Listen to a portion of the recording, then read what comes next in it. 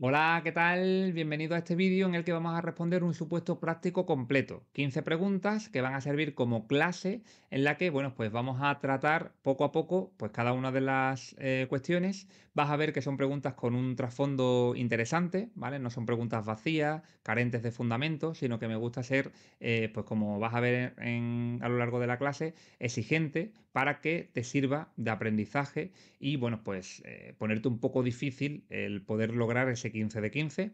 Son preguntas que están relacionadas con encuadramiento. Vamos a ver el artículo 12 por arriba y por abajo. Vamos a ver las funciones de dirección y gerencia, las características de consejero administrador.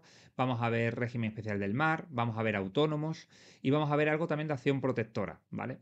La característica de las clases de los supuestos prácticos es que son temáticos para exprimir cada una de las partes imprescindibles de la parte específica, ¿vale? Cada uno de esos epígrafes.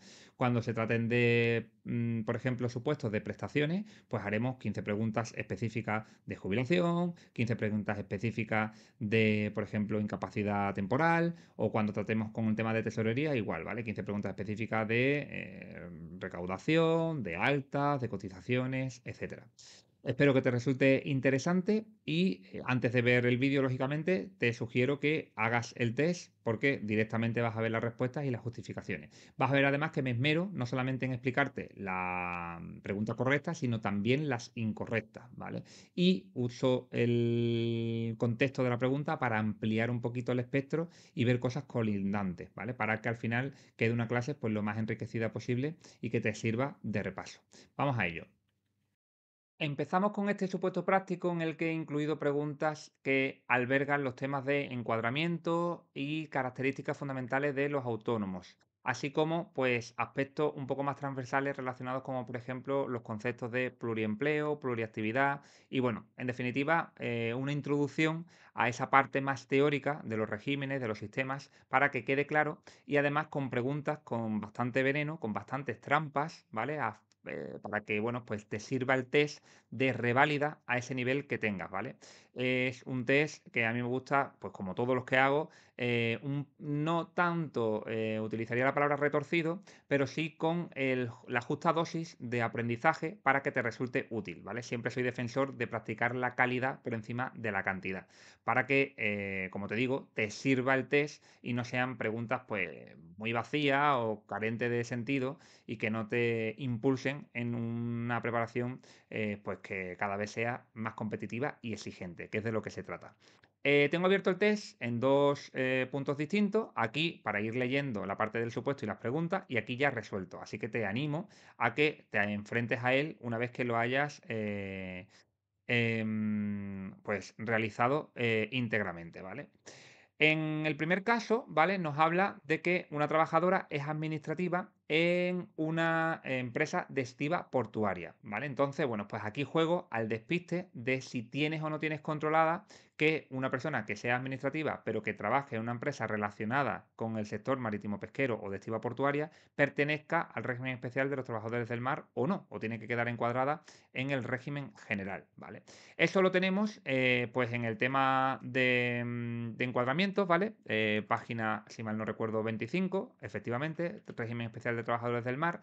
Tienes que saber que este régimen especial de trabajadores del mar es el único en el que se pueden dar este encuadramiento tan variado, en el que puede haber trabajadores por cuenta ajena, pero que pertenecen al régimen especial del mar, y también trabajadores por cuenta propia o asimilados a cuenta ajena. Esto, por ejemplo, no se puede dar en el régimen general, donde solamente hay cuenta ajena, no se puede dar en el RETA, donde solamente hay cuenta propia, ni tampoco se puede dar en el régimen especial del carbón, donde solamente hay cuenta ajena. Aquí sí que se da esta característica porque, pues lo mismo que un pescador puede ser contratado por una gran empresa del sector marítimo pesquero y sería asalariado y, por tanto, cuenta ajena, también puede haber un pescador que obedezca a la definición de autónomo, ¿vale? E iría al mismo régimen especial, pero por cuenta propia, ¿vale? Porque hace su actividad de forma HDP, habitual, directa y personal, sin esa dependencia de un tercero en el que pues queda de manifiesto que la actividad no está sometida ni a un salario ni a un horario, ¿vale? Lo hace por cuenta propia de manera, pues como se dice, ¿no? Autónoma.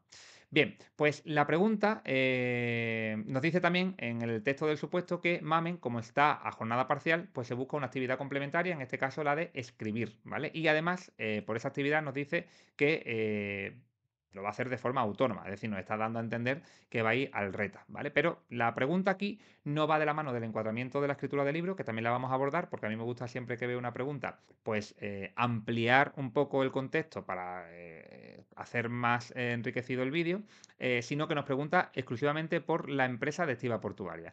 Así que la respuesta la tenemos en el artículo 3, donde cuando se cita expresamente el listado de trabajadores por cuenta ajena de este sector, en el último caso, o el penúltimo, ¿vale? A mí me gusta siempre destacar en rojo las exclusiones y con flecha las cosas que son interesantes a tener en cuenta. Bien porque tenga un matiz característico o bien porque haya ciertas asociaciones como vamos a ver en esta segunda flecha. La primera es justo eso, ¿vale? Actividades de carácter administrativo, técnico o subalterno en compañía de dos naturalezas. La primera es empresas marítimo-pesqueras y la segunda, como es el caso del supuesto, de estiva portuaria, ¿vale? Así que no te tiemble el pulso a decir que en este caso me amenaza iría al régimen especial de los trabajadores del mar, en concreto como trabajadora por cuenta ajena. Por aquí únicamente nos preguntan el nombre del régimen, ¿vale? Con respecto a esta otra flecha, bueno, pues como te digo, a mí me gusta estudiar siempre por asociación, ¿vale? Por vinculación. Uno de los trabajadores que pertenecen a este régimen son los que ejercen su actividad a bordo de embarcaciones, ¿vale? Y tienen el rol de técnico tripulante, pues en buques de marina mercante, por ejemplo, embarcaciones deportivas y de recreo. Y este de deportivas y de recreo sale un poquito más abajo, pero es una exclusión, que son los buceadores, ¿vale? Los buceadores con titulación profesional sí que van a quedar al amparo de este régimen especial, pero quedan excluidos los buceadores con titulación deportivo-recreativa, ¿vale? Entonces, por si acaso fuesen a preguntarnos por la exclusión, que muchas veces sucede, ten en cuenta que esos no estarían dentro del régimen especial de los trabajadores del mar. No nos lo preguntan en la cuestión, pero yo te incluyo que relacionado con su actividad de escritura, Mamen quedaría encuadrada en el RETA, ¿vale? Esto yo lo tengo aquí en el tema 2, cuando se estudia las integraciones que se han dado en el régimen general y en el régimen especial, en la seguridad social en general, desde el año 86, ¿vale? Teníamos muchos regímenes especiales y lo que se ha ido haciendo es siempre tender a la homogeneidad, ¿vale? Para hacer un sistema lo más sencillo posible. De esta forma, en el año 86, este Real Decreto integró hasta 5 regímenes especiales que eran independientes en el régimen general, ¿vale? Y uno más en el RETA, ¿vale? Estos 5 son el régimen especial ferroviario, el régimen especial de los jugadores profesionales de fútbol, el régimen especial de los representantes de comercio, el de los artistas y el de los profesionales taurinos.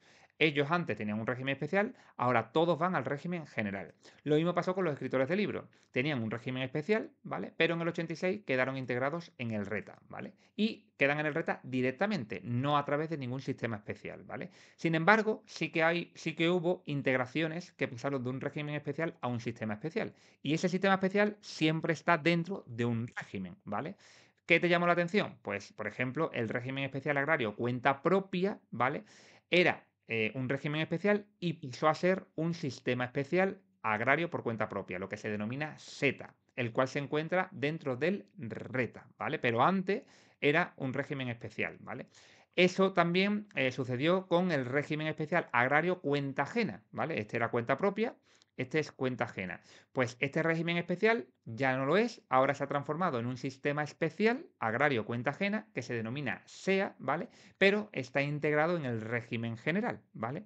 Y algo también, por ya terminar de mencionar algunos ejemplos, pasó con los funcionarios, ¿vale? Los funcionarios antes íbamos al régimen especial de funcionarios públicos, civiles y militares, pero desde el año 2011 vamos todos al régimen general. Ya esos regímenes especiales no admiten ningún encuadramiento adicional de funcionarios desde esa fecha, ¿vale? Bien, Pues con respecto a esta primera pregunta, tenemos ya claro que Mamenaza iría al régimen especial de trabajadores del mar, insisto, porque nos están preguntando exclusivamente por la empresa de estiba portuaria, ¿vale? Por su condición de escritora, iría al RETA y aunque no nos lo preguntan, pues te lo incluyo igualmente tanto en la explicación teórica como en el vídeo.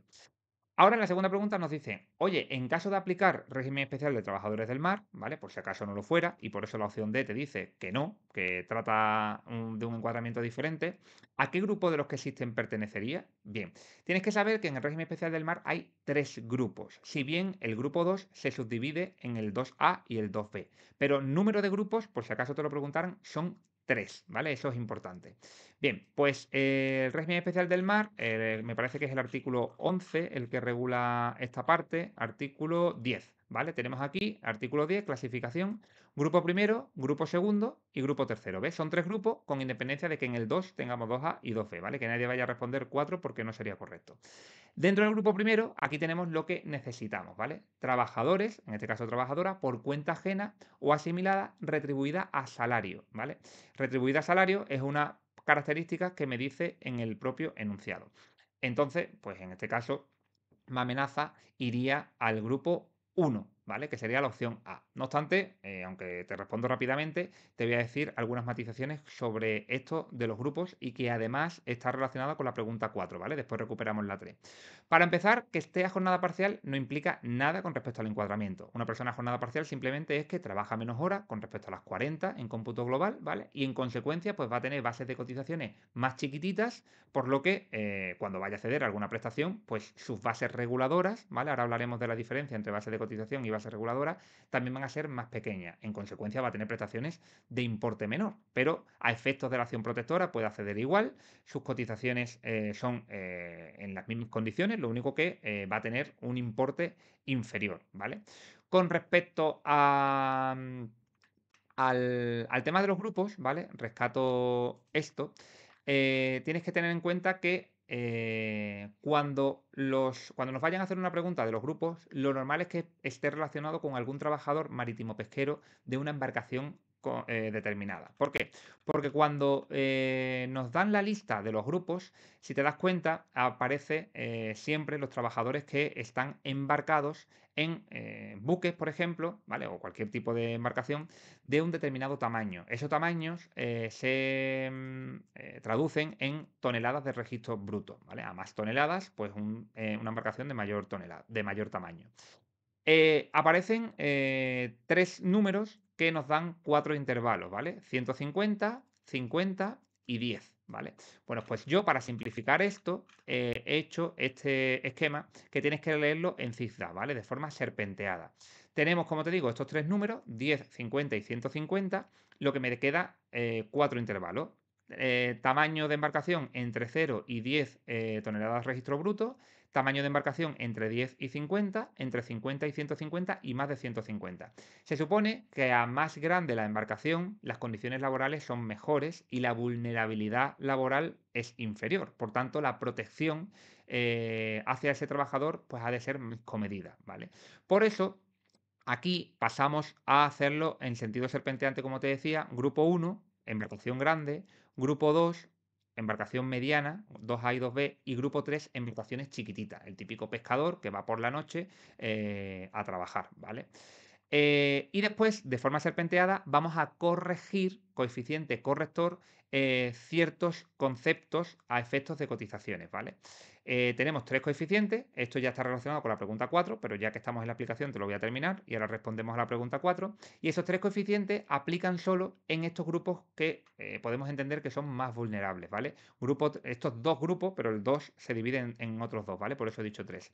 El grupo 3 se le aplica un tercio, al grupo 2B un medio y al grupo 2A dos tercios, ¿vale? A mí me gusta esto explicarlo de derecha a izquierda. El grupo 1 no tiene coeficiente corrector. ¿Por qué? Por lo que te decía, porque el trabajador se entiende que está en una gran embarcación, o es, por ejemplo, como el caso de Mamenaza, administrativa, por tanto, no entraña ningún tipo así como de vulnerabilidad laboral que tenga que empequeñecer, que para eso sirve corregir con este coeficiente ciertos conceptos, y esos empequeñecimientos sobre las cotizaciones lo que vienen es a servir de base para pagar menos, ¿vale? Si tú tienes una base de, por ejemplo, 1.000 euros y la corriges a la mitad y se te quedan 500, tú vas a pagar en base a esos 500. Se le aplica a esa base un tipo, es decir, un porcentaje, y te va a quedar una cuantía que es por lo que tú vas a pagar en las cotizaciones, ¿vale? Pues en el primer grupo no se hace esa corrección porque no hay coeficiente corrector. O lo que es lo mismo, te puedes imaginar que el coeficiente es 1, porque multiplicar algo por 1 es dejarlo igual. Sin embargo, en el grupo 2A, donde ya nos movemos con embarcaciones un poquito más chicas, el coeficiente corrector es de 2 tercios. A mí me gusta verlo con decimales, ¿vale? 2 tercios de 0,66. Si tú multiplicas algo por 0,66, lo vas a empequeñecer. Por eso lo estás corrigiendo, ¿vale? Y una vez que lo empequeñezcas, ya te va a quedar por lo que vas a pagar cuando le apliques el tipo, cuando le apliques el porcentaje, ¿vale? Si nos vamos al grupo 2B, el coeficiente es todavía más pequeño porque es un medio. Un medio en decimales es 0,50. Es decir, es el ejemplo que te decía. En vez de pagar en base a 1000, vas a pagar en base a 500. Y por último, si perteneces al grupo 3, que serían ya embarcaciones muy, muy pequeñas, ¿vale? Todavía se ampara más al trabajador y se le reduce 0,33. Si tú multiplicas 0,33 por esos 1000 euros, por ejemplo, que te he establecido de ejemplo, pues estarías pagando por 333 euros en lugar de por los 1000, ¿vale? ¿A qué se aplican estos coeficientes correctores? Pues mira, la regla mnemotécnica me la ponen en bandeja, porque coeficiente corrector es CC, pues se aplican a las bases de cotización por CC, que son contingencias comunes, no se aplican a las contingencias profesionales, ahí siempre va con todo, y también al desempleo y al cese de actividad. Desempleo y cese de actividad es lo mismo, lo único que el desempleo corre para los trabajadores por cuenta ajena y el cese de actividad para los trabajadores por cuenta propia. Así que tienes tres coeficientes, estos de aquí, y tienes tres conceptos, ¿vale? Que no se te olvide que esos tres conceptos pues, son base de cotización por contingencias comunes, desempleo y cese de actividad. Con eso podemos responder la pregunta 4, ¿vale? La pregunta 4 me dice qué coeficiente corrector a efectos de cotización le podría ser aplicado a Mamen. Pues a Mamen en este caso no le aplica ninguno, porque hemos dicho que pertenece al grupo 1 y que el grupo 1 no le aplica coeficiente corrector, ¿vale? Así que la respuesta correcta sería la D, ¿vale? Ten en cuenta que en el examen a lo mejor es más improbable que te entre una pregunta de un régimen especial tan particular como puede ser la minería del carbón o como puede ser el régimen especial del mar. Forma parte del programa de estudio, o sea que perfectamente lo podrían preguntar, pero sí que te lo podrían preguntar y además ya hay matices de que en el apartado de test hay ciertas preguntas con un sutil tono práctico, ¿vale? En la primera parte del ejercicio, ¿vale? Por eso yo siempre digo que es súper sano practicar los supuestos prácticos, pero no te obsesiones exclusivamente y estudia la oposición por los supuestos prácticos, porque de nada te sirve tener un supuesto práctico redondo, con un 15 o con un 14 de 15, si después no supera la nota de corte de la primera parte. Si la nota de corte está en un 42 y te has quedado en un 40, pues se te va a quedar el supuesto sin corregir, ¿vale? Tienes que superar las dos partes. Haz un estudio coherente y progresivo, teniendo bien claro que los conceptos teóricos, y después vamos a ver una pregunta relacionada con eso, los tienes bien asimilados y controlados, ¿vale? Porque hay gente que trabaja mucho los supuestos prácticos, se le dan francamente bien, pero tienes que ser competitivo también en la primera parte del ejercicio. Sobre todo porque si además las preguntas de la parte general las controlas con menos nivel de rigurosidad, pues ahí ya tienes una merma en la renta evaluativa que te puede pasar factura, ¿vale? Así que mucho cuidado con eso. Tratado esto de los grupos, voy a mencionar esto de los coeficientes, una última cosa para que entiendas qué pasa si yo he pagado menos porque me beneficio de estos coeficientes correctores, pero quiero acceder a la acción protectora del sistema porque, por ejemplo, vaya a ser papá, vaya a ser mamá o simplemente haya incurrido en una incapacidad temporal. Bueno, pues tienes que saber que las bases reguladoras que van a estimarse para el cálculo de esa prestación no van a tomar por referencias esas bases de cotizaciones que se han reducido, sino que se van a hacer sobre la totalidad de las bases de cotizaciones. Eso es súper positivo para el trabajador, porque si tomamos las bases que se han reducido, te va a quedar una cuantía más pequeña porque esa base ha sido reducida, como propiamente te estoy diciendo. Sin embargo, si tomas la base completa, ¿vale? En mi ejemplo, la base completa eran 1000 euros y la base reducida, pues podían ser 666 euros, 500 euros o 333, ¿vale? Si en vez de la base completa cogemos la base reducida, pues en la prestación te va a quedar un importe más pequeño. Entonces tienes que saber que de cara a la acción protectora del sistema, a efecto de calcular las prestaciones, se toman las bases completas, ¿vale? No las bases reducidas. Por supuesto, entiendo que si estás viendo este vídeo es porque tienes más o menos bastante control sobre la oposición. La diferencia entre base reguladora y base de cotización es que la base de cotización es por lo que tú estás cotizando mes a mes, sirven para determinar lo que vas a pagar, mientras que las bases reguladoras, como su propio nombre indica, vienen a regular bases de cotización, ¿vale? De los meses que sean según la prestación que corresponda, ¿vale? Hay algunas prestaciones que cogen solamente una base, hay otras que cogen 3, 6, 12, etcétera, ¿vale? Em, depende del tipo de contrato. Hay muchos aspectos que condicionan cuántas bases de cotización se cogen y para calcular las bases reguladoras, ¿vale? Como te digo, la base reguladora viene a regularizar X bases de cotización. Bien, pues lo que te estoy diciendo que para calcular la base reguladora se cogen las bases de cotización totales, ¿vale? No las reducidas, para que entiendas por qué se hace eso, porque es importante que lo asimile. Bien, ahora sí recuperar la pregunta 3 nos dice que como va a quedar encuadrada a efectos de la seguridad social, MAME, o más que encuadrada, cómo va a ser considerada, ¿vale? Al simultanear los dos empleos. MAME hemos dicho que es administrativa jornada parcial en Puerto Azar SL, ¿vale? Que es una empresa de estiva portuaria de Sevilla y que, como está jornada parcial y quiere ganarse algo más, va a emprender como autónoma una actividad de escritora, ¿vale? Bueno, pues aquí lo que vengo a relucir es los conceptos de pluriempleo y pluriactividad, ¿vale? Esto lo tenemos aquí en la página, bueno, en este caso la página 12, da igual, pero es el tema 3 de las afiliaciones altas y bajas. Y la diferencia de los conceptos de pluriactividad y pluriempleo, entiendo que la puedes tener controlada, ¿vale? Te la voy a rescatar, pero seguramente la sepas. Lo que en las opciones juego al despiste con otro matiz, ¿vale? No solamente con el concepto, para, como te digo, siempre que el test sea exigente y lo más interesante posible. Pluriempleo es dos o más empleos, ¿vale? Por cuenta ajena en distintas empresas, ¿vale? Lógicamente, dentro de un mismo régimen general, ¿vale? Lo típico de que por la mañana tengo un trabajo, ¿vale? Soy funcionario, por ejemplo, y por la tarde soy administrativo en una empresa en la que también estoy contratado por cuenta ajena. Oye, pues tú eres pluriempleado. Mientras que pluriactividad implica la situación del trabajador en distintos regímenes, ¿vale? Entonces, en este caso, Em, la situación de amenaza es que está en el régimen especial de trabajadores del mar y también está en el régimen especial de los trabajadores por cuenta propia o autónomos, ¿vale? Como son dos o más regímenes distintos, amenaza está en una situación de pluriactividad. Pero las opciones juegan no solamente con el nombre de pluriactividad, que la tengo aquí y aquí, ¿vale? Bueno, aquí habla de pluriempleada, sino que cuántas altas suponen en el sistema. Si consultamos la definición de alta, ¿vale? El acto administrativo de alta implica que la tesorería reconoce al trabajador la inclusión en el campo de aplicación del régimen según la actividad y la naturaleza que esté desempeñando. Por tanto, la naturaleza del trabajo inicial de Mamen es ser administrativa en la empresa de activa portuaria, que está vinculada al régimen especial del mar, alta en el REMA, ¿vale? REMAR, como yo le llamo, y la actividad de la naturaleza segunda de escritura de libros es estar de alta en el RETA, ¿vale? Por tanto, son dos altas distintas. La respuesta correcta sería la C, ¿vale? Es pluriactividad. Lo único que sí que sería único y que no se repite a lo largo de la vida laboral de un trabajador es la afiliación. Pero las altas, al igual que las bajas, pueden ser múltiples, ¿vale? Y pueden ser simultáneas o no serlo, ¿vale? Pero en caso de afiliación, sí que estaríamos hablando de una única afiliación. Tú te afilias una vez en la Seguridad Social y ya no te vuelves a afiliar, ¿vale? Pero las altas en este caso, pues serían dos, una para cada régimen, ¿vale?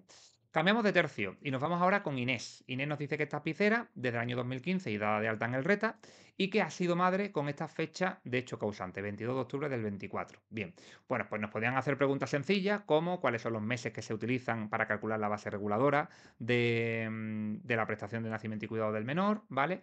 Pero yo voy un pasito más allá y me centro en las regularizaciones, ¿vale? Tienes que saber que desde el año 23 los autónomos tienen que cotizar por sus rendimientos netos. Sin embargo, como tú no puedes saber cuánto vas a facturar, porque no eres adivino, se hace algo provisional, ¿vale? Y después, en el ejercicio siguiente, se regulariza, ¿vale? Esas cotizaciones siempre que queden fuera de la base mínima y la base máxima, ¿vale?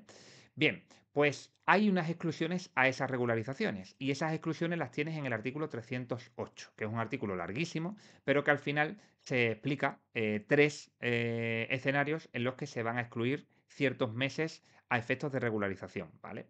Esas exclusiones las tienes aquí, ¿vale? Las puedes tener, las puedes consultar directamente en la ley. En la clase la vemos súper detenidamente y aquí vamos a hacer lo mismo. Lo vamos a ver despacio para que entiendas qué es eso de regularizar y qué es lo que no tiene, bueno, qué es eso de regularizar, te lo acabo de explicar, ¿vale? Esa provisionalidad, si al transformarse en definitiva, porque ya se ha terminado ese ejercicio completo, queda fuera de los intervalos de base mínima y base máxima, ¿vale? Tenemos que regularizarlas, ¿vale? Y dentro de esa regularización hay excepciones, como no, en seguridad social, ¿vale? Las tres excepciones son estas tres, ¿vale? Y yo aquí ahora te voy a poner el ejemplo aplicado al caso práctico que nos ocupa, que es un hecho causante por nacimiento y cuidado del menor producido el 22 de octubre de 2024, ¿vale?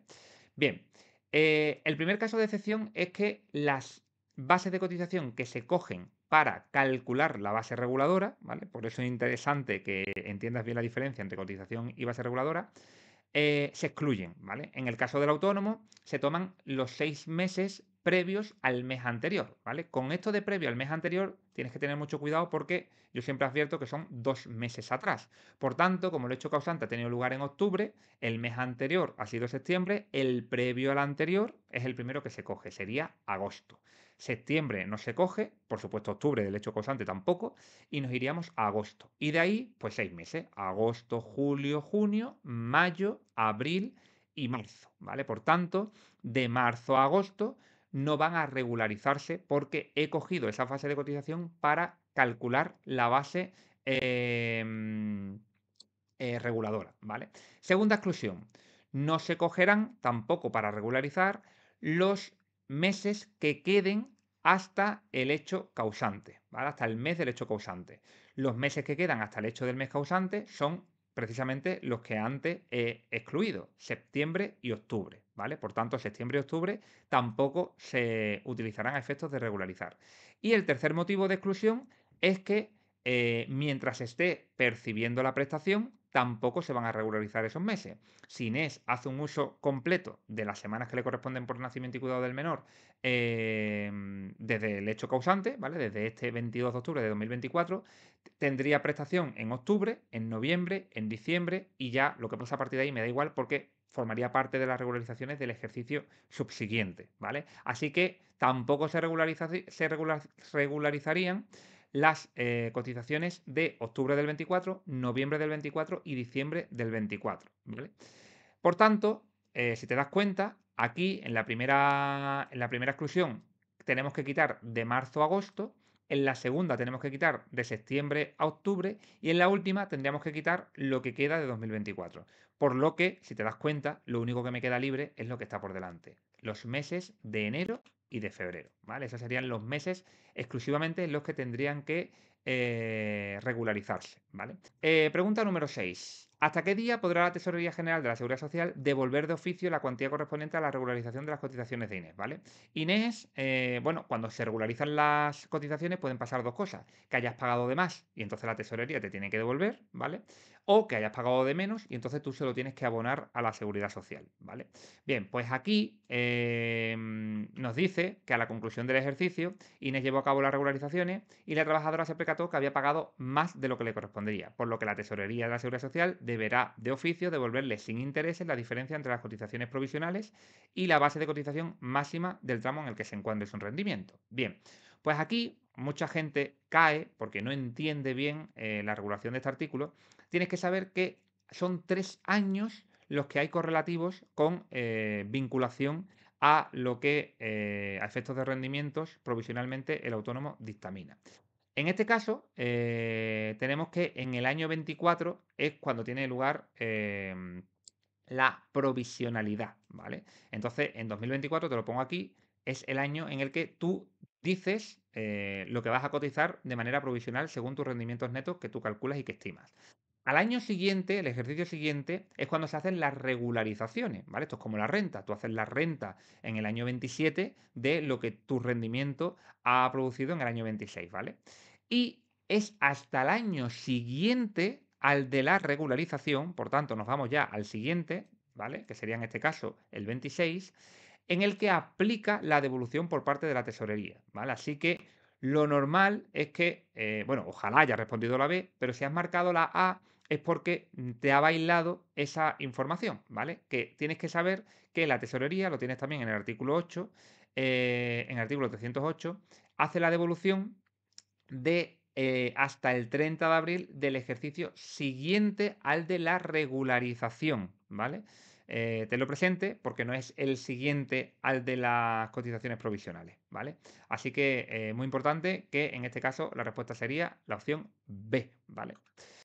Bien, pasamos a la pregunta 7 y aquí de nuevo cambiamos de texto. Nos dice que Nacho Chete se dedica en una empresa de ensamblaje de piezas de aviación y ha tenido un accidente laboral, ¿vale? Lo que nos está diciendo es que, porque bueno, pues el guante no se encontraba en buen estado, ¿vale? Y se ha rasgado, se le ensartó en la palma y ha tenido un profundo corte. Pese al accidente laboral, ¿vale? Ya nos están diciendo aquí la naturaleza, por eso te digo que trates de trabajar con supuestos interesantes, no que te vayan aquí a preguntar la naturaleza de la contingencia. Y ahora te pongo yo accidente de trabajo, enfermedad profesional, accidente común, accidente no laboral, perdón, enfermedad común. Pues esa pregunta estaremos desperdiciando una oportunidad de aprender, ¿vale? Pues lo que nos dice es que pese al accidente laboral no se da de baja y continúa trabajando, ¿vale? No se da de baja médica, por supuesto. Que también hay veces que baila esa información, ¿vale? ¿Podrá aplicar recargo de prestaciones económicas por el accidente laboral que ha tenido lugar, que ha tenido el empleado? Bien, pues aquí también tienes que tener mucho cuidado con las opciones y cómo te las planteo. Seguramente sepas que el artículo 164, si mal no recuerdo, correcto, de la Seguridad Social establece esos recargos por falta de medida de seguridad en el trabajo. Esos recargos seguramente que te sabes que son del 30 al 50% y que la responsabilidad es del empresario, ¿vale? Sin embargo, quizás muchas veces nos perdemos en los matices de cómo se ofrecen las respuestas, ¿vale? Y esto lo hacen mucho en los exámenes oficiales. Aquí podrías haber respondido sí de al menos un 30% porque te sabes que es del 30 al 50. Pero esta respuesta es incorrecta porque si es de al menos el 30, también podría ser el 40, el 50, el 60, el 80, ¿vale? Y eso es incorrecto. Solamente puede ser entre el 30 y el 50. Por ese mismo motivo, si te dan una respuesta de sí como máximo el 50, también sería incorrecta, porque como máximo el 50 podría ser un 50, un 40, un 30, pero también podría ser un 15, ¿vale? Porque como máximo 50 te está dando la horquilla del 0 al 50. Por tanto, esa respuesta también sería correcta. Si has marcado la D, es que has caído un poco en el veneno de la pregunta, porque las prestaciones se recargan cuando hay prestaciones, pero me está diciendo en el enunciado que no se da de baja y continúa trabajando. Por tanto, si no hay baja, no hay incapacidad temporal, no hay recargo que aplicar, ¿vale? Entonces, con independencia de que pudiera aplicar, ¿vale? Porque las reglas del recargo son no solamente a situaciones de medios de protección inutilizados en malas condiciones, sino también cuando no se observen las medidas generales, ¿vale? Es que tiene que haber prestación, ¿vale? Entonces, yo a mis alumnos muchas veces les digo, cuidado cuando vais a leer las frases, porque si te quedas en la primera parte de la frase, no tienes la realidad del contexto. Eso pasa aquí, por ejemplo, ¿vale? Te dice, todas las prestaciones económicas que tengan su causa en un accidente de trabajo o enfermedad profesional se aumentarán según la gravedad de la falta, de un 30 a un 50%. Si tú lees esto, ahí te pones todas las prestaciones. Pero eso no es cierto, porque se tienen que dar unas características, unos requisitos, que es cuando la lesión se produzca y ahora te dice las condiciones con equipos inutilizados en malas condiciones o cuando no se hayan observado las medidas de seguridad. Por tanto, no son todas las prestaciones, ¿vale? Esa persona a lo mejor se tiene que dar de baja, va a tener una prestación de incapacidad temporal, pero si resulta que el accidente se ha producido y no se dan estos requisitos, no habría recargo en esa prestación. En este caso, sí que nos dice el enunciado que el EPI estaba en mal estado, ¿vale? Por tanto, sí que aplicaría recargo, pero como no se da de baja, no hay nada que recargar, ¿vale? Así que la respuesta correcta en este caso sería la opción B.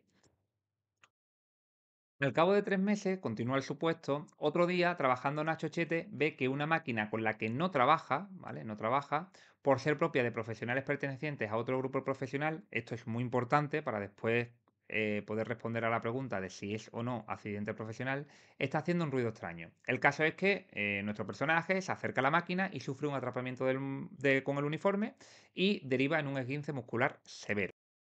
Nos preguntan si tendrá consideración de accidente de trabajo el atrapamiento que sufre Nacho. Vale, bueno, pues aquí tenemos que irnos a el artículo 156. Yo en mi temario, esto se ve en el tema de acción protectora, el artículo 156 lo tengo muy estructurado porque es realmente un poco caótico como está legislado. Empieza diciendo qué es accidente de trabajo, después pasa a decir lo que no es accidente de trabajo. Dentro de algo que no es accidente de trabajo, te dice que en ningún caso se considera eso determinados aspectos, por lo que la negación de la negación es sí, ¿vale? Menos por menos más, como en matemáticas. Y después pasa otra vez a decir que no impedirán la calificación de un accidente como de trabajo otros dos conceptos. Es decir, si no impide la calificación como accidente de trabajo, quiere decir, y esto te lo pongo yo, no lo pone la ley, que es accidente de trabajo. De nuevo, código de colores, ¿vale? Rojo lo que no es accidente de trabajo, verde lo que sí es accidente de trabajo, ¿vale? Entonces, aquí nos están preguntando justo por esto, ¿vale? Esta pregunta perfectamente podría estar en la primera parte del test, ¿vale? Te hacen una pequeña descripción y te dicen si es o no consideración de accidente de trabajo. Y es lo que te digo, que lo que te decía un poquito antes, que si solamente practicamos los supuestos prácticos, pues nos quedamos un poco huérfanos de asimilar toda la carga teórica que forma parte del programa de la oposición, ¿vale? Hay que ser competitivos en esa primera parte para que pisemos vivos y nos corrijan el supuesto práctico. Si te das cuenta, las opciones que yo te pongo, todas te van a sonar porque de todas, en todas aplico una parte de la literalidad de la ley. Hay dos síes y dos noes, ¿vale? Sí, pese a tratarse de una imprudencia temeraria del trabajador, ¿vale? Aquí hablo del concepto de imprudencia temeraria. No, pues ocurrió con ocasión o por consecuencia de una tarea distinta a las de su grupo profesional. No por tratarse de una imprudencia profesional. Aquí te vinculo la imprudencia profesional y antes hablábamos de la imprudencia temeraria. Y por último, sí, pues se trató de una acción que ejecutó el trabajador espontáneamente en interés del buen funcionamiento de la empresa, aun siendo una tarea distinta a la de su grupo profesional. Es decir, esto es una pregunta de tener bien interiorizado y comprendido el concepto de accidente de trabajo, ¿vale? Si nos venimos al artículo 156, ¿vale? Pues aquí tienes la opción correcta, que es la D, ¿vale? Que con independencia de que el grupo profesional de la actividad en la que se haya inmiscuido el trabajador sea otro, ¿vale? Si se hace por orden del empresario o espontáneamente, motu propio, pero en interés del buen funcionamiento de la empresa, va a considerarse accidente de trabajo, ¿vale? Lo otro que te comento, ¿vale? Está un poquito más abajo. Aquí hablamos de la imprudencia temeraria, ¿vale? El dolo o la imprudencia temeraria. El dolo es cuando tú, a conciencia, estás provocando una situación para incurrir en que se acabe, que acabe teniendo lugar un accidente de trabajo y tú vayas a ser, evidentemente, perceptor, ¿vale? Porque siempre el dolo tiene esa clara intencionalidad de querer beneficiarte a costa, en este caso, de la acción protectora del sistema. Pues el dolo o la imprudencia temeraria no son accidentes de trabajo. Mientras que la imprudencia profesional, ¿vale? Que esto es aquello de la confianza que el trabajo inspira, sí que es accidente de trabajo. Pero no estamos ante ese caso, ¿vale? De todas formas, en la imprudencia profesional, fíjate que te pongo que no es accidente de trabajo, cuando la imprudencia profesional sí lo es. Pero aunque te hubiera puesto que sí, aquí no se trata de una imprudencia profesional. Se trata, como hemos visto, de una espontaneidad por parte del trabajador para el buen funcionamiento de la empresa, ¿vale? No obstante, termino de comentarte esto. Aquello de la confianza que inspira el trabajo es, por ejemplo, si tú tienes una tarea muy repetitiva y pues ya lo haces de manera un poco viciada, por defecto, pues puede ser que llegue a suceder un accidente laboral simplemente por esa imprudencia de ganar confianza haciendo esa tarea y pues que al final te produzca ese atrapamiento o cualquier otra naturaleza, ¿vale? De accidente laboral. Sin embargo, la imprudencia temeraria es cuando has hecho algo fuera del alcance normal bueno, de lo que se consideran condiciones de seguridad, ¿vale? Por último, y ya que estamos en este artículo, matizarte esto de la fuerza extraña al trabajo, ¿vale? Fuerza mayor extraña al trabajo. No es accidente de trabajo una fuerza mayor extraña al trabajo, pero no tiene consideración de fuerza mayor, te lo dice aquí, en ningún caso se considera fuerza mayor la insolación, el rayo y otros fenómenos análogos de la naturaleza. Por tanto, estos sí son accidentes de trabajo, ¿vale? No, en ningún caso, no más no, doble negación es igual a sí, ¿vale? Siempre que haya dos negaciones, volvemos a la casilla de partida, ¿vale? Así que una persona que está en el campo sembrando, ¿vale? O regando y sufre una insolación, pues lógicamente, si es una persona contratada, un trabajador, pues sí, la insolación, el rayo y otros fenómenos análogos sí que tendrán consideración de accidente de trabajo, ¿vale? Bien, pasamos ahora a las preguntas propiamente dichas de encuadramiento, ¿vale? Pregunta 9 nos hace una pequeña introducción. Gabriel Tomás es mecánico desde el año 2015.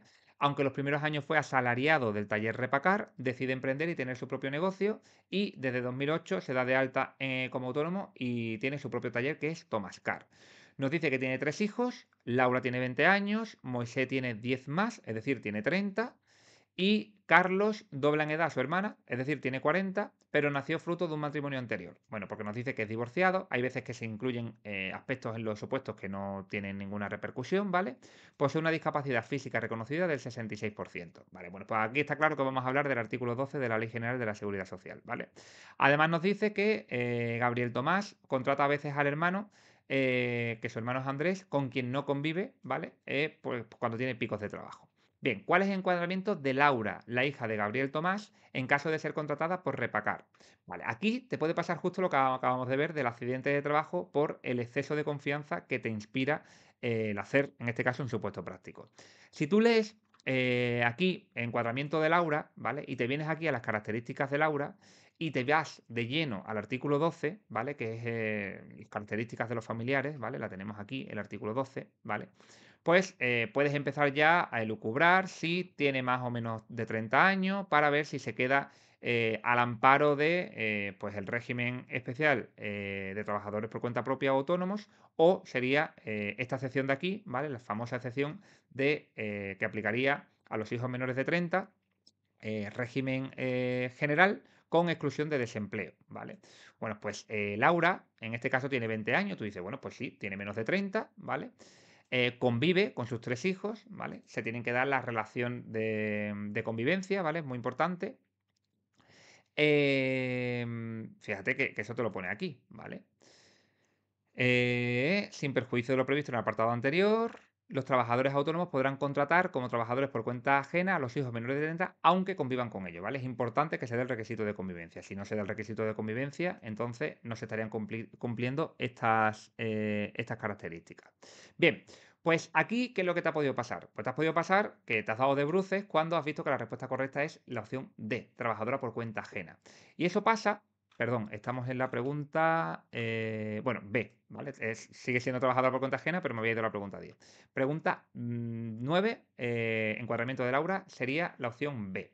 ¿Eso pasa por qué? Pues porque a lo mejor no te has dado cuenta que te estoy preguntando por Repacar. Que Repacar es la empresa en la que inicialmente Gabriel Tomás trabajó, ¿vale? Sin embargo, el taller de Tomás a día de hoy es Tomascar, ¿vale? Entonces, en caso de haber sido contratada por Thomas Carr, es donde ya tenemos que entrar a valorar todo el artículo 12, ¿vale? Pero como no es el caso y nos están preguntando qué es por parte de Repacar, Repacar es una empresa en la que Gabriel Tomás fue asalariado, por lo que Laura no hay ningún tipo de vínculo familiar con ese taller, por lo que igualmente pasaría a ser contratada por trabajadora por cuenta ajena. Así que mucho cuidado con ir con prisas, con leer de forma transversal, de forma incorrecta, porque lo que te acabo de decir, ¿no? El accidente de trabajo sería por la confianza que te inspira, ¿vale? Esto que acabamos de ver aquí, imprudencia profesional, pues esto sería imprudencia opositoril, ¿vale? Ha ido con exceso de confianza y nos han colado la respuesta, ¿vale? Ahora nos vamos a la pregunta 10. Los meses de abril, mayo y junio, Gabriel Tomás decide contratar a su hermano Andrés. ¿Qué es cierto en relación al encuadramiento que debe aplicar? Bueno, pues el encuadramiento nos habla de trabajador por cuenta propia, dado que tiene vínculo hasta segundo grado de consanguinidad. Eso es cierto, lo del vínculo. Trabajador por cuenta propia, dado que estará ocupado en el mismo centro de trabajo, es cierto que estará ocupado en el mismo centro de trabajo. Trabajador por cuenta propia, dado que tiene vínculo hasta segundo grado de consanguinidad y estará ocupado en el mismo centro de trabajo. Bien, para que se den las características del artículo 12, ¿vale? Son 4 requisitos. El requisito de consanguinidad o afinidad, ¿vale? Aquí lo tenemos, consanguinidad o afinidad hasta el segundo grado, ¿vale? Eso lo cumple porque son hermanos. El requisito de ocupación, ¿vale? Está ocupado en el centro de trabajo, va a trabajar en el taller, eso lo cumple, pero no cumple el requisito de convivencia-dependencia, ¿vale? Porque nos dice en el enunciado que no convive con quien no convive. En el momento que se rompe, ¿vale? Uno de estos 4 requisitos ya no se puede cumplir, él no tendrá la consideración de trabajador por cuenta ajena. Fíjate cómo se regula esto. Te dice que no tiene la consideración de cuenta ajena. Con las negaciones, que también lo hemos visto aquí, las negaciones, llévatelo a tu terreno para hacerlo fácil. Si no tiene la consideración de cuenta ajena, te lo pongo aquí, significa que es cuenta propia, ¿vale? No cuenta ajena, es cuenta propia. Para que sea cuenta propia, tienen que cumplirse estos requisitos. La consanguinidad o afinidad hasta segundo grado, que sí que la cumple, la ocupación en el centro de trabajo, que sí la cumple, pero como no se da la convivencia, ¿vale? Porque me está diciendo el supuesto que no hay convivencia, no puede ser cuenta propia, ¿vale? Como no puede ser cuenta propia, ¿qué me queda? Pues trabajador por cuenta ajena, la opción D, ¿vale? Así que mucho cuidado, ¿vale? Para que se dé el artículo 12 y queden encuadrados como cuenta propia, que es lo mismo decir que no tendrá la consideración de trabajador por cuenta ajena, ¿vale? Tienen que darse esos 4 requisitos. En el momento que uno de los requisitos ya no aplique, pues ya no podemos encuadrarlo, ¿vale? Así que tú imagínate, piensa por ejemplo en tu padre que tiene un negocio y que contrata a su hermano. Como su hermano tiene su propia casa con su propia familia y no hay convivencia, pues esa persona lógicamente va a quedar encuadrada en el régimen general, ¿vale? Que sería este caso. Siempre muchas veces pensándolo en un caso más cercano a ti, puedes llegar a la conclusión de la respuesta, ¿vale? Por si acaso eso te sirve. Nos dice ahora, si Laura tuviera el doble de su edad actual y la mitad de discapacidad física reconocida a su hermano, ¿qué tipo de trabajadora podría ser si fuera contratada en el taller de su padre? Aquí sí ya es el taller de su padre, ¿vale? Y mantuviera la convivencia, ¿vale? Que la convivencia nos dice que sí que la mantenía con sus hijos, ¿vale? Convive con sus 3 hijos. Vale, pues Laura está multiplicando por 2 la edad, es decir, va a tener 40 años y tiene la mitad de discapacidad física que su hermano Carlos, es decir, va a tener un 33, ¿vale? Siempre que te cambien el paso en un supuesto, rearma el enunciado los datos, mejor dicho, para partir de esa base, ¿vale? Porque si no, si ya vas al supuesto y obvias algo que te han dicho, ya tienes el lío, ¿vale? Entonces tenemos el escenario de que Laura tiene 40 y tiene un 33, ¿vale? En el artículo 12 yo aquí abajo, ahora vamos a hablar de esa segunda parte, se establecen que los hijos menores de 30, hijos, ¿vale? Solamente los hijos, nada de otro grado de parentesco, ¿vale? Cuando se dé la convivencia, van a poder quedar en el régimen general con la exclusión del desempleo. Y que este mismo tratamiento, es decir, esa exclusión por desempleo y ese régimen general, se va a aplicar a hijos, de nuevo hijos, que siendo mayor de 30, ¿vale? Tengan alguna dificultad especial para la inserción laboral. Por dificultad de inserción laboral nos habla de cosas relacionadas con el cerebro, por eso te pongo este icono, que es parálisis cerebral, mental o intelectual mayor o igual al 33%, o discapacidades físicas, ¿vale? Y aquí hay 2 opciones. Una discapacidad física de entre el 33 y el 65%, siempre que sea la primera alta en la Seguridad Social, ¿vale? O una discapacidad física, con independencia del alta que sea la Seguridad Social, primera, segunda, tercera, etcétera, a partir del 65%. Esto es fácil de estudiártelo porque va increciendo. Aquí tiene, por supuesto, la naturaleza, ¿vale? Todo lo relacionado con el cerebro y aquí física. Pero después esto es 33, entre el 33 y el 65 y más o igual al 65. El caso de Laura sería este segundo caso en principio, porque me dice que tiene el doble de su edad, ¿vale? Su edad actual es 20, pues pasaría a tener 40, ¿vale? Por tanto, como tiene 40, ya se encuentra por encima de 30, ¿vale? Que es lo que me dice, aún siendo mayores de 30, ¿vale? Y la otra característica es la mitad de la discapacidad física de su hermano. Su hermano tiene un 66, pues sería un 33. Y con un 33 no me enmarco aquí, porque estamos hablando de una discapacidad física, ni me enmarco aquí, sino que me enmarcaría aquí. Sin embargo, ¿qué pasa? Pues que aquí me condicionan a que esto solamente aplica en caso de ser el primer alta. Y el caso de Laura es que ya viene de haber trabajado previamente, ¿vale? ¿Por qué?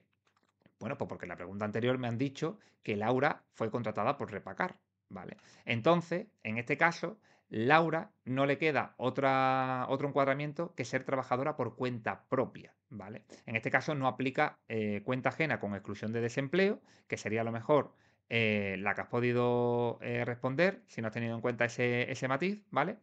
Em, porque, como te digo, ¿vale? Ya ha tenido esa primera inserción en el mundo laboral. Por tanto, Laura no tiene esta excepción y no tiene tampoco esta excepción. Laura cumple absolutamente todas estas características. Por consanguinidad es primer grado, está ocupada en el centro de trabajo, convive y está a su cargo. Así que en el caso de Laura, la respuesta sería trabajadora por cuenta propia, o lo que es lo mismo, no podrá tener la consideración de trabajadora por cuenta ajena, ¿vale?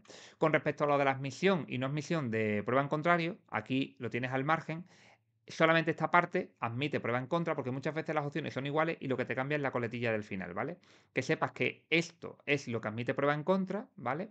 Y esto, como son datos objetivos, que tienes o no tienes esa edad y que tienes o no tienes ese grado de reconocimiento de discapacidad, no admite prueba en contra, ¿vale? Entonces que tengas en cuenta esos matices para si acaso las preguntas fuesen por ahí, ¿vale? Vale, vamos ahora a la pregunta 12. ¿Cuál es el encuadramiento de Moisés en el caso de trabajar en el taller de su padre? Bueno, pues Moisés, que es el hijo que nos queda, tiene 10 años más que su hermana, es decir, tiene 30. Y tampoco posee discapacidad, ¿vale? O sea que Moisés tiene 30 y no tiene discapacidad. Por tanto, me olvido de esta parte de aquí de abajo, nos tendríamos que mover, si acaso, en esta de aquí, ¿vale? ¿Y por qué digo si acaso? Porque nos dice que tiene 30. Y aquí habla de los menores de 30. Cuando tú tienes 30 años, puedes tener 30 años y 2 meses, 30 años y 6 meses, 30 años y 10 meses. Tú no dices los años y los meses, tú dices la edad porque te quedas en el entero. Pero aquí te está diciendo que tienes que tener menos de 30. Por tanto, los que tienen 30 ya no satisfacen esta condición. Por lo que, en este caso, Moisés va a quedar encuadrado, pues como aquí Laura, ¿vale? Es un trabajador por cuenta propia del régimen especial de los trabajadores por cuenta propia autónomos. ¿Por qué? Porque Moisés cumple el primer grado de consanguinidad, porque es hasta el segundo, cumple la ocupación y cumple la convivencia y estando a su cargo, ¿vale? Así que mucho cuidado porque 30 años no es lo mismo que menos de 30, ¿vale? Muchas veces nos quedamos con el número y no caemos en la aplicación literal, ¿vale? Así que mucho cuidado si has caído en esta pregunta porque perfectamente podría ser objeto de buscarnos las cosquillas por esa vía, ¿vale? Esas son las preguntas interesantes que tienes que afrontar para, bueno, pues ponerte en la tesitura de si tienes o no tienes controlado el encuadramiento, ¿vale? Que son preguntas que parecen muy sencillas y que parece que lo tenemos controlado, pero después nos pilla, ¿vale? Nos quedan solamente tres preguntas. ¿Puede Carlos ser encuadrado como trabajador por cuenta ajena del régimen general? Fíjate, aquí le doy la vuelta a la pregunta. En vez de preguntarte por el encuadramiento, te doy un encuadramiento y ahora te digo las condiciones, ¿vale? Bueno, pues Carlos, aquí estamos en este último caso, tiene 40 años, ¿vale? Porque doblan edad a Laura. Y tiene la discapacidad física del 66%. Es decir, Carlos está, tenemos 66%, está en el tercer caso, ¿vale? Bueno, pues nos pregunta si puede ser trabajador por cuenta ajena. Bueno, pues viendo esto y sin ver las respuestas, yo te diría que sí, porque tiene más de 30 años, aún siendo mayor de 30, en el caso de Carlos tiene 40, tiene una discapacidad física del 66%. Aquí no va condicionado al primer alta, como sí que pasaba aquí, ¿vale? Y en principio cumple con todas las condiciones. Como se tiene que otorgar el mismo tratamiento, tienes que pensar que aplicaría régimen general y que aplicaría exclusión por desempleo, ¿vale? Así que las respuestas vamos a leerlas. Exclusivamente excluida la cobertura por desempleo siempre que fuese su primer empleo. No, porque hemos visto que eso solamente pasaría en este caso, ¿vale? El primer empleo. Exclusivamente, sin exclusión exclusivamente se refiere a que solamente puede quedar en el régimen general por cuenta ajena, ¿vale? Exclusivamente, sin exclusión alguna, siempre que fuese su primer empleo. De nuevo vemos que no, ¿vale? Sí, excluida la cobertura por desempleo, que es la respuesta correcta, sí, sin exclusión alguna. ¿Vale? Bueno, pues la respuesta correcta sería la opción C, ¿vale? Esta creo que era de las más fáciles del supuesto. Y por último, cambiamos de nuevo de tercio y nos dicen ahora que tres hermanos constituyen una sociedad, nos ponen aquí los porcentajes y las características, ¿vale? Y bueno, pues nos van a preguntar por dos de estos encuadramientos, ¿vale? Cuando te den una serie de socios, yo te recomiendo que hagas una tablita pequeña, fíjate qué sencillo. Ponemos el control, ponemos las funciones que hacen, si son administradores, si son consejeros, si hacen dirección y gerencia, ¿vale? Porque son muy importantes, y otros aspectos que puedan ser relevantes, como por ejemplo si hay o no hay retribución, ¿vale? En este caso, por ejemplo, me dicen que José solo participa para obtener beneficios de los dividendos. Si solo participa en la obtención de beneficios, ¿vale? Quiere decir que no va a trabajar. Si no va a trabajar, no aplica alta ninguna, ¿vale? Y por último, Marcial y Mónica nos dicen que conviven, ¿vale? Marcial vive con Mónica, ¿vale? Fíjate que son hermanos, te lo dice al principio, desde que ella enviudó tras una serie de catástrofes desdichas. Bien, pues con este cuadrito y la regla del semáforo vas a tener la respuesta sin ningún tipo de problema, ¿vale? Vamos a ver un poco el concepto teórico del encuadramiento con la regla del semáforo y después vamos a hacer la interpretación de, perdona, este cuadro, ¿vale? La regla del semáforo dice que si tenemos el control, que ahora vamos a ver qué significa tener el control, directamente voy al reta. Me da igual lo demás, ¿vale? Si no tenemos el control, pero ejercemos funciones retribuidas de dirección y gerencia, ¿vale? Y somos además consejeros o administradores, vamos a ir al régimen general como asimilados a cuenta ajena con exclusión de desempleo y de fogasa. Las exclusiones la gente las lía mucho, ¿vale? Hay tres tipos de exclusiones. La que hemos visto aquí, ¿vale? Que es solamente desempleo, que son los hijos menores de 30 o mayores con discapacidad, ¿vale? Esa creo que es la más fácil. Después estás la exclusión de fogasa exclusivamente, que aplica en los casos de cooperativa, ¿vale? Que la tenemos aquí, ¿vale? Cuando tú eres asimilado a cuenta ajena, ¿vale? En el caso de los socios de cooperativa pueden elegir si quedan asimilados a trabajador por cuenta ajena o quedan como trabajadores autónomos, ¿vale? Bueno, pues en el caso de asimilados a trabajadores por cuenta ajena van a quedar excluidos del FOGAS, ¿vale? Entonces, estudiate que aquí es una exclusión simple, que es el desempleo, ¿vale? Desempleo para los menores, ¿vale? Desempleo menores, márcate la M si quieres para que te recuerde. Después tenemos aquí las cooperativas, ¿vale? Que las cooperativas van excluidas a una exclusión simple también, es decir, una sola exclusión, en este caso Fogasa, que está más relacionado con lo de las empresas, Fondo de Garantía Salarial, ¿vale? Y la tercera tipo de exclusión es la que suma las dos, el desempleo y el Fogasa, ¿vale? Que sería este caso, ¿vale? Cuando ya entramos a valorar si hay o no hay control, si hay o no función de dirección y gerencia y ser consejero o administrador. Es muy importante que se den las tres características, el no control, el sí dirección y gerencia y el sí consejero o administrador. En el momento que una de las tres falle, ya no se satisface este encuadramiento, ¿vale? Entonces, si por ejemplo no tiene el control y sí tiene función de dirección y gerencia, pero no es consejero administrador, esto es régimen general, cuenta ajena, ¿vale? Sería el caso de abajo, ¿vale? Porque, como te lo está diciendo aquí, aún siendo miembro de los órganos de administración, ¿vale? Porque ya no estás siendo consejero o administración, ¿vale? En el caso de que no tengas el control, no tengas función de dirección y gerencia, aunque seas consejero o administrador, como no tienes función de dirección y gerencia, sería régimen general cuenta ajena, ¿vale? Entonces, ten siempre presente que aquí se tienen que dar las tres características, ¿vale? Bueno, antes te he dicho que cuando se tiene el control, sí o sí el reta, pero mucho cuidado, porque si tienes el control, pero no haces un trabajo retribuido, si no hay trabajo, no hay nada que no hay alta que generar, ¿vale? Entonces, mucho cuidado, que esto es siempre que se preste, que hay una prestación de los servicios retribuida, ¿vale? Em, y por último, no control, no función de dirección y gerencia, ¿vale? Iríamos al régimen general cuenta ajena, con plena exclusión de todo.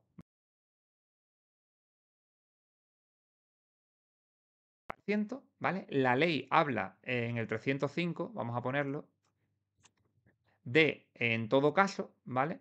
Aquí te lo dice, se entenderá en todo caso que se produce tal circunstancia, ¿vale? Es decir, que se tiene el control cuando las acciones o participaciones supongan al menos la mitad del capital social, ¿vale? Pues se entiende es sinónimo de no admite prueba en contra, ¿vale? En todo caso, se entiende, no admite prueba en contra, ¿vale? Parecido a lo que veíamos aquí, ¿vale? no admite prueba en contra porque es un dato objetivo. Tú tienes más de esa mitad, ¿vale? Y los otros escenarios no son escenarios en los que se entiende, sino en los que se presume, ¿vale? Más del 50% entre la suma de los distintos familiares, no tú por ti mismo, sino con la suma de otros familiares, siempre que haya convivencia, ¿vale? Si no hay convivencia, no estaríamos en este caso, ¿vale? Muy importante, que son requisitos que se van adicionando, ¿vale? Igual como aquí. Mayor o igual al 33,33%, ¿vale? No es el 33, el 33,33 por sí mismo, ¿vale? Ahí también habría una situación de presunción. Las situaciones de presunción sí admiten pruebas en contra. Y mayor o igual al 25% cuando ejerza funciones de dirección y gerencia, ¿vale? Bueno, pues entonces nos venimos aquí. Nos preguntan por José. José quizás es el más fácil, ¿vale? Porque tiene un 20%, que el 20% pues no está aquí, el 20% no está aquí porque no convive con el resto de sus familiares, el 20% no está aquí y no está aquí. Por tanto, Jorge no tiene el control, estaría aquí o aquí. Pero es que no hace falta ni siquiera hacer la regla del semáforo con José, porque me está diciendo que solo participa para beneficios de dividendos. Por tanto, como José no trabaja en la sociedad, José no va a quedar encuadrado en ningún régimen de la seguridad social, ¿vale? Cuando no hay trabajo retribuido, implica que no hay alta en la seguridad social y si no hay alta, no hay régimen, ¿vale? Y la pregunta 15, me daría igual que me preguntaran por Marcial o que me preguntaran por Mónica, ¿vale? Porque los dos, bueno, aunque tengan porcentajes distintos, van a acabar supeditados a esta situación, ¿vale? A la de sumar entre ellos, porque hay convivencia, sus porcentajes y en ambos casos, fíjate que tenemos 50 más 30, ¿vale? Lo tenemos aquí en la tablita, 50 más 30 van a tener un 80%.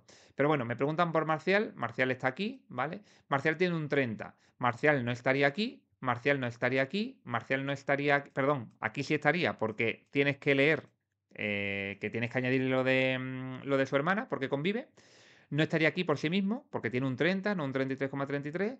Y no sé si hace función o dirección y gerencia, no realiza funciones de dirección y gerencia. Por tanto, aunque tiene un 30, que es más de un 25, no hace funciones de dirección y gerencia, por tanto, no satisface esto. Por tanto, Marcial estaría en este mayor al 50%, porque con el 30 y el 50 de su hermana suman un 80, ¿vale? Y se presume, admitiendo prueba en contra, que tiene el control. Como tiene el control, me vengo a la regla del semáforo, reta, ¿vale? Por tanto, la respuesta correcta sería régimen especial de trabajadores por cuenta propia o autónomo, ¿vale?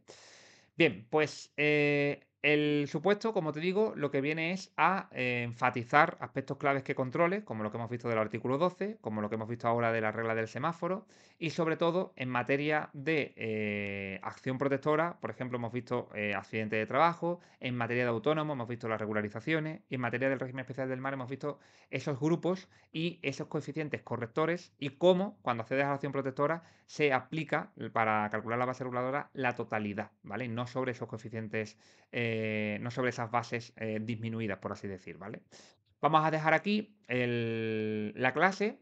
Todos los supuestos son de esta naturaleza. Nos centramos en algo concreto, ¿vale? Cuando son los de prestaciones, pues hacemos 15 preguntas de incapacidad temporal o 15 preguntas de nacimiento y cuidado del menor. Y así vamos viendo absolutamente todo, ¿vale? Es muy nutritivo hacer supuestos prácticos interesantes, ¿vale? Con un trasfondo que te permitan enriquecer tu nivel y sin descuidar, como te digo siempre, que vayas estudiando con profundidad todo el programa objeto de estudio para sacar un buen rendimiento en la primera parte, ¿vale? No estudies exclusivamente supuestos prácticos porque sería insuficiente para salir airoso del proceso. Muchas gracias por tu atención y si te interesa cualquier cosa, lo tienes todo en la página web destinofuncionario.es. Un saludo, gracias, chao.